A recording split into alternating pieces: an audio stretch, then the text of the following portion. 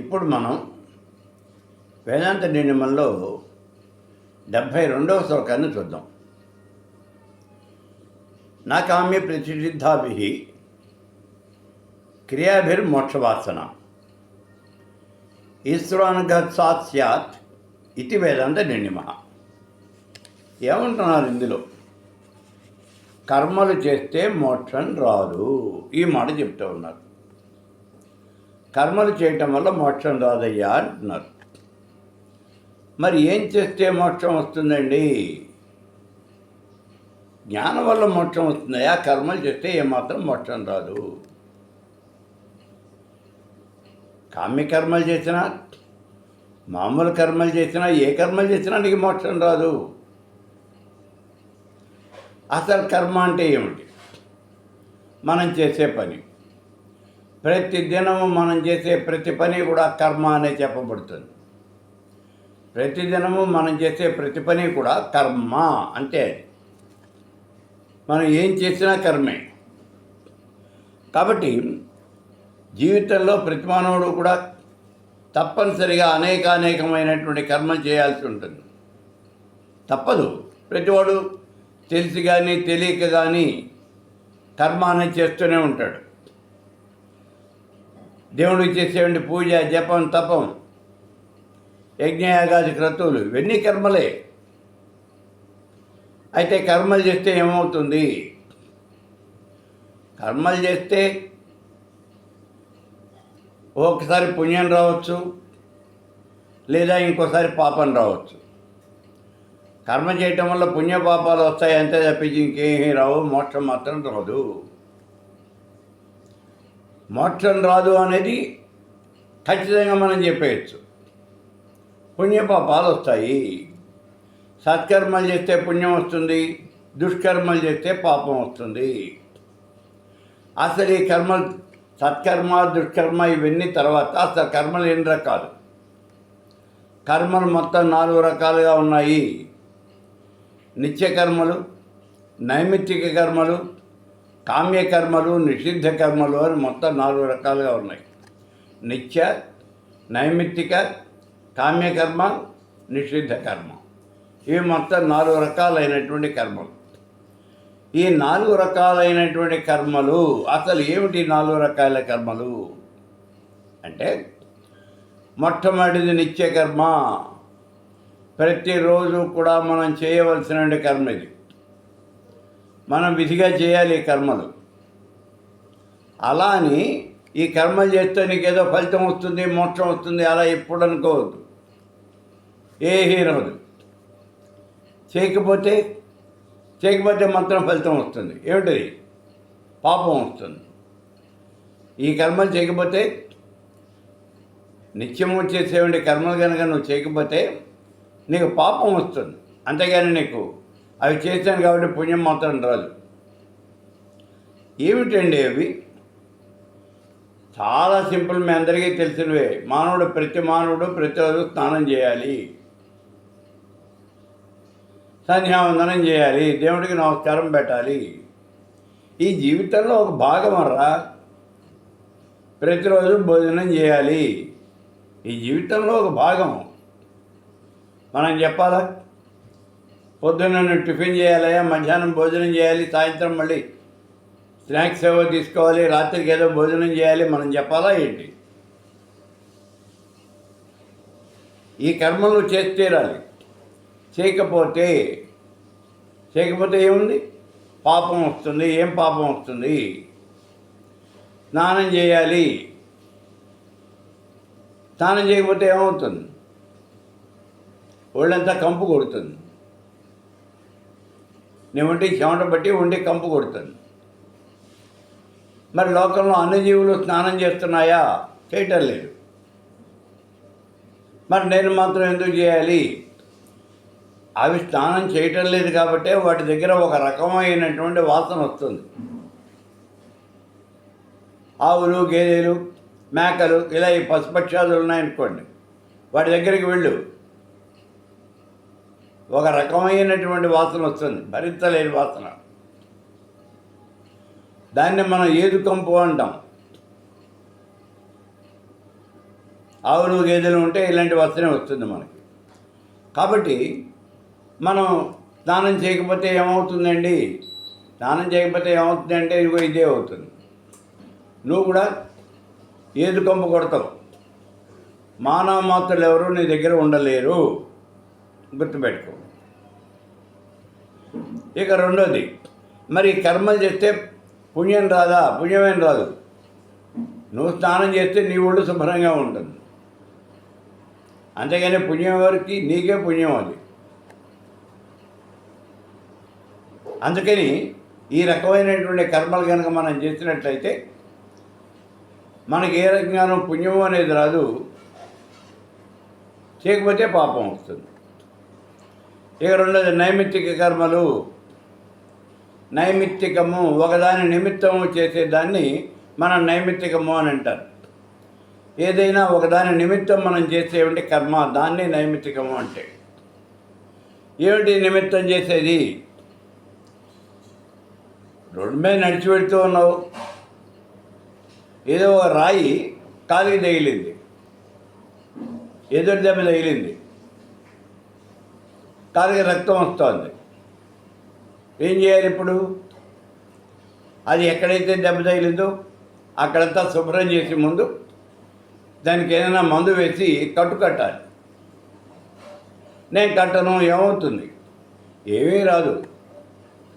రేపు పొద్దున కల్లా ఆ వేలు వాచి రోల్ అవుతుంది. అంటే నువ్వు నడవలేవు. నువ్వు అలాగే దాన్ని వదిలేస్తే కాలు కాస్త కుళ్ళిపోతుంది. రేపు పొద్దున వైద్యుడి దగ్గరికి వెళ్తే అది చీలమండ దాకానో మోకాలు దాకానో దీన్ని బట్టి ఆ కాలు కాస్త తీసేస్తాడు, ఇబ్బంది ఉండదు ఇంకా. కాబట్టి ఈ రకమైన కర్మలు అవి నిమిత్తం చేసేవి. ఇదంతా ఎందుకు వచ్చింది అంటే కాలికి దెబ్బ తగిలినప్పుడు నువ్వు సరిగా మందు వేసుకోపోవటం వల్ల. అలాగే కాల్లో ముళ్ళు గుచ్చుకుంది, ఏం చేయాలి? వెంటనే ఎక్కడ ఆగి ముందు ముళ్ళు తీసేయాలి. ఏం పర్వాలేదు అని అలాగే నడిచేవనుకో, ఒత్తిడికి ఆ ముళ్ళు ఇంకా లోపలికి వెళ్ళిపోతుంది. ఆ తర్వాత ఆ ముళ్ళు తీయాలి అంటే కాలంతా కోసి ఆపరేషన్ చేయాలి. శస్త్రచికిత్స చేస్తే కానీ ముళ్ళు రాదు బయటికి. అలాని నువ్వు ఆ కర్మ చేయటం వల్ల నీకు ఏమన్నా పుణ్యం వచ్చిందా? ఇదే పుణ్యం నీకు. నీ కాలు నీ శ్వాసంలో ఉండటం అనేది అదే పుణ్యం, అంతకని నీకేం రాదు. మరి చేయకపోతే చూసాం కదా, నడవడానికి వీలు లేకుండా అయిపోతుంది. ఇవి నిమిత్తం చేసే కర్మలు. మూడవది కామ్యకర్మలు. కామ్యకర్మలు అంటే యజ్ఞాలు, యాగాలు, క్రతువులు, ఇవన్నీ కూడా పూజలు, పురస్కారాలు, ఇవన్నీ జపాలు, తపాలు, ఇవన్నీ చేస్తే ఒక కామ్యం కోసం చేస్తున్నాను దీన్ని, అందుకని దాన్ని కామ్యకర్మ అంటారు. ఒక కామ్యం నిమిత్తం చేస్తున్నావు ఆ కర్మని. నాకేదో పని కావాలంటే ఆ పని కోసమని నీ కర్మ చేస్తున్నాను, అది మనం చేస్తున్నది. మరి ఇప్పుడు ఆ కర్మ చేస్తే ఈ కోరిక అనేది తీరుతుంది. మరి ఇప్పుడు ఇందులో నేను మోక్షం కావాలి అని చేస్తున్నానండి. మోక్షం కావాలి అని చేస్తే నీకు మోక్షం అలా ఏం రాదు. మోక్షం కావాలి అంటే ఏం చేయాలో అది చేయాలి, అప్పుడు వస్తుంది. జ్ఞానదేవత కైవల్యం, జ్ఞాన సముపార్జన చేస్తే మోక్షం వస్తుంది అన్నాం. మరి అయితే నేను జ్ఞానమే సముపార్జన చేస్తానండి, చెయ్యి, తప్పనిసరిగా నీకు మోక్షం వస్తుంది. అలాగే నిషిద్ధ కర్మలు, చేయకూడనటువంటి కర్మలు, ఈ కర్మలు చేస్తే పుణ్యమేమీ రాదు, ఎదురు చేస్తే పాపం వస్తుంది. పోనీ చేయకపోతే నీకేం నష్టం లేదు. నిషిద్ధమైన కర్మలు, ఎవరి మీదకైనా ప్రయోగాలు, చేతబళ్ళు, ఇలాంటి పనులు చేసేవనుకో, ఇవి నిషిద్ధమైనటువంటి కర్మలు.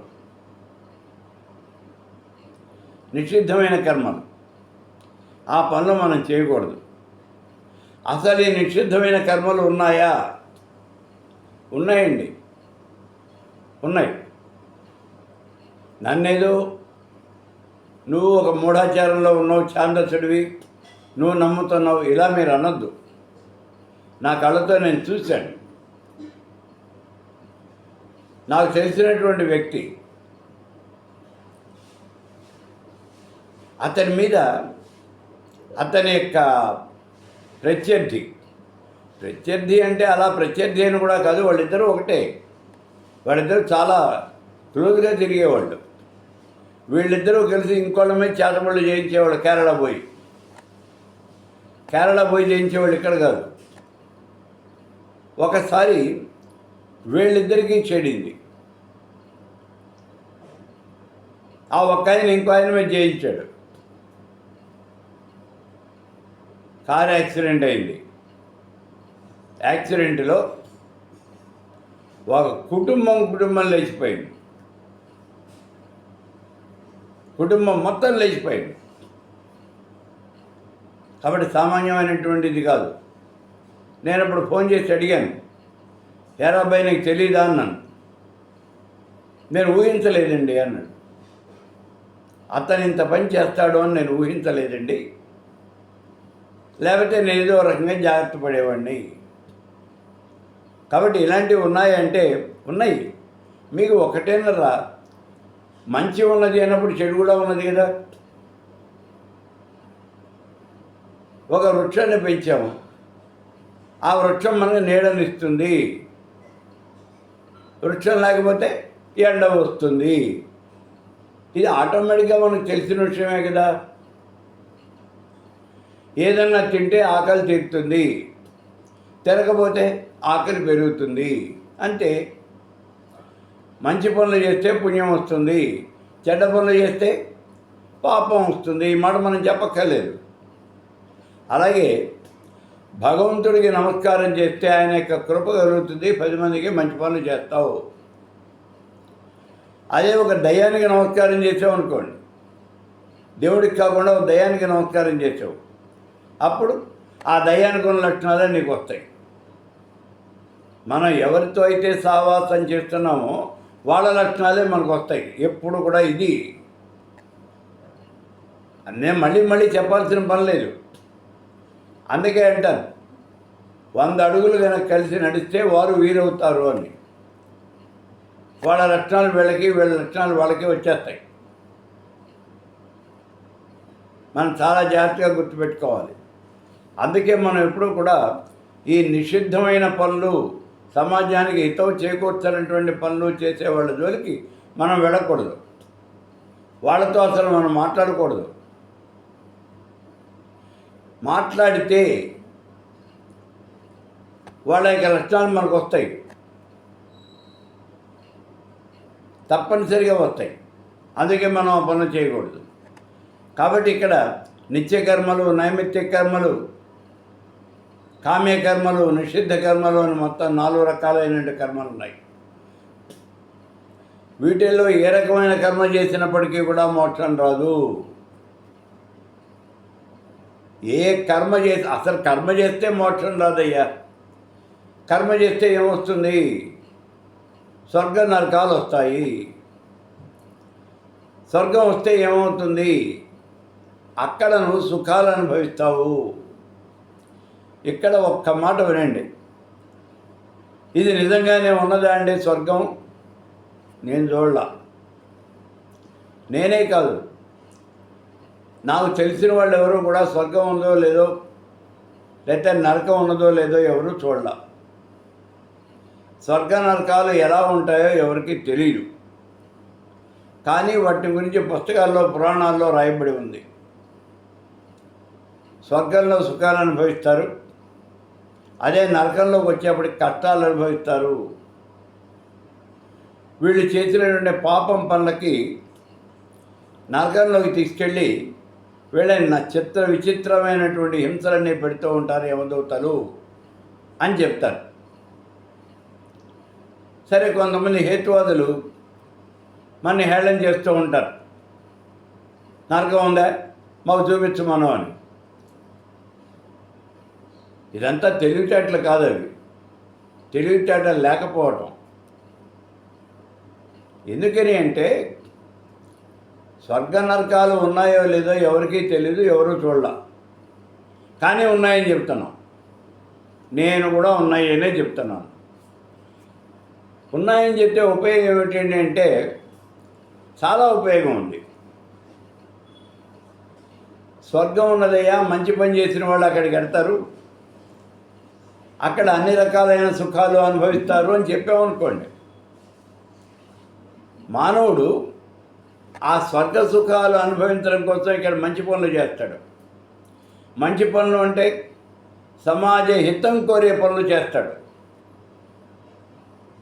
కాబట్టి మానవుడితో సమాజానికి మంచి చేయించాలి, పక్క ఉన్నవాడు కొంత మేలు చేయాలి, అలా చేయించాలి అంటే ఇది ఒక్కటే మార్గం. మనకి చాలా తేలికైనటువంటి మార్గం. ఏమిటది? స్వర్గం ఉన్నది అని చెప్పటం. ఇదిగోనయ్యా, జనం అంతా ఇక్కడ బస్సు కోసం అందరూ వెయిట్ చేస్తూ ఉన్నారు, నడి రోడ్డు మీద నుంచోలేకుండా ఉన్నారు, షెల్టర్ ఉంటే బాగుంటుంది. ఎవరో డబ్బున్న ఆయన ముందుకు వచ్చాడు, అక్కడ బస్ షెల్టర్ కట్టించాడు. మహా అయితే దాని మీద ఆయన పేరు రాసుకుంటాడు, అంతే కదా. రాసుకొని ₹1,00,000 ఖర్చు పెట్టి బస్ షెల్టర్ కట్టించాడు కదా, పేరు రాసుకుంటే నష్టం ఏంటి? 10 మందికి ఉపయోగిస్తుంది కదా. ఆయన పేరు 10 మంది చెప్పుకోవాలి అని, స్వర్గ సుఖాలు అనుభవించాలి అని ఆయన ఈ ₹1,00,000 ఖర్చు పెట్టి ఈ పని చేశాడు. అలాగే దాన ధర్మాలు చేస్తూ ఉన్నాడు, స్వర్గ సుఖాలు ఉన్నాయి అనే కోరికతోనే, ఆ నమ్మకంతోనే. అదే పాపం పనులు చేయటల్లా. ఎందుకని అంటే పాపం పనులు చేసినటువంటి వాళ్ళు నరకంలో శిక్షలు అనుభవిస్తారు అనే విషయాన్ని మనం చెప్తున్నాం. అది అతని బుర్రకు బాగా పట్టింది. కాబట్టి పాప పనులు చెయ్యడు.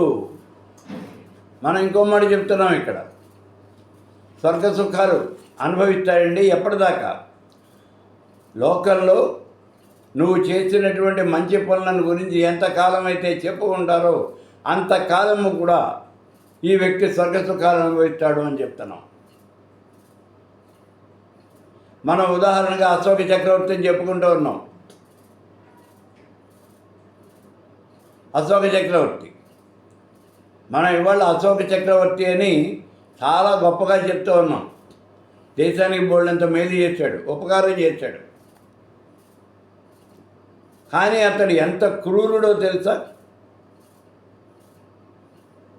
క్రూరాతి క్రూరమైనటువంటి వాడు అశోక చక్రవర్తి. అటువంటి వాడు ఒక్కసారిగా మారిపోయి బౌద్ధ మతాన్ని వ్యాప్తి చేశాడు. ప్రజాహితమైనటువంటి పనులు అనేకం చేశాడు. ఆయన స్థాపించినటువంటి విజయస్తూపం, అదే అశోక స్తంభం, ఇవాళకి కూడా చెక్కు చెదరకుండా ఢిల్లీలో ఉంది, హస్తినాపురంలో ఉంది. లోహంతో తయారు చేసినటువంటి స్తంభం. కాబట్టి ఇక్కడ ఇటువంటివన్నీ కూడా జరుగుతాయి. ఆయన ఇంతవరకు కూడా స్వర్గంలో సుఖాలు అనుభవిస్తున్నాడనే మనం చెప్తూ ఉన్నాం. భారతంలో ఇంద్రజిమ్న మహారాజు ఆయన యొక్క కథ ఉంది మనకు ఉదాహరణ. కాబట్టి స్వర్గ సుఖాలు ఎంతకాలం అనుభవిస్తారు అంటే, నువ్వు చేసిన మంచి పనులు ఈ లోకంలో ఎంతకాలం అయితే చెప్పుకుంటారో అంతకాలము కూడా నువ్వు స్వర్గ సుఖాలు అనుభవిస్తావు. నరకంలో దుఃఖాలు కూడా అంతే. స్వర్గం ఎలా అనుభవిస్తావో నరకము అంతే.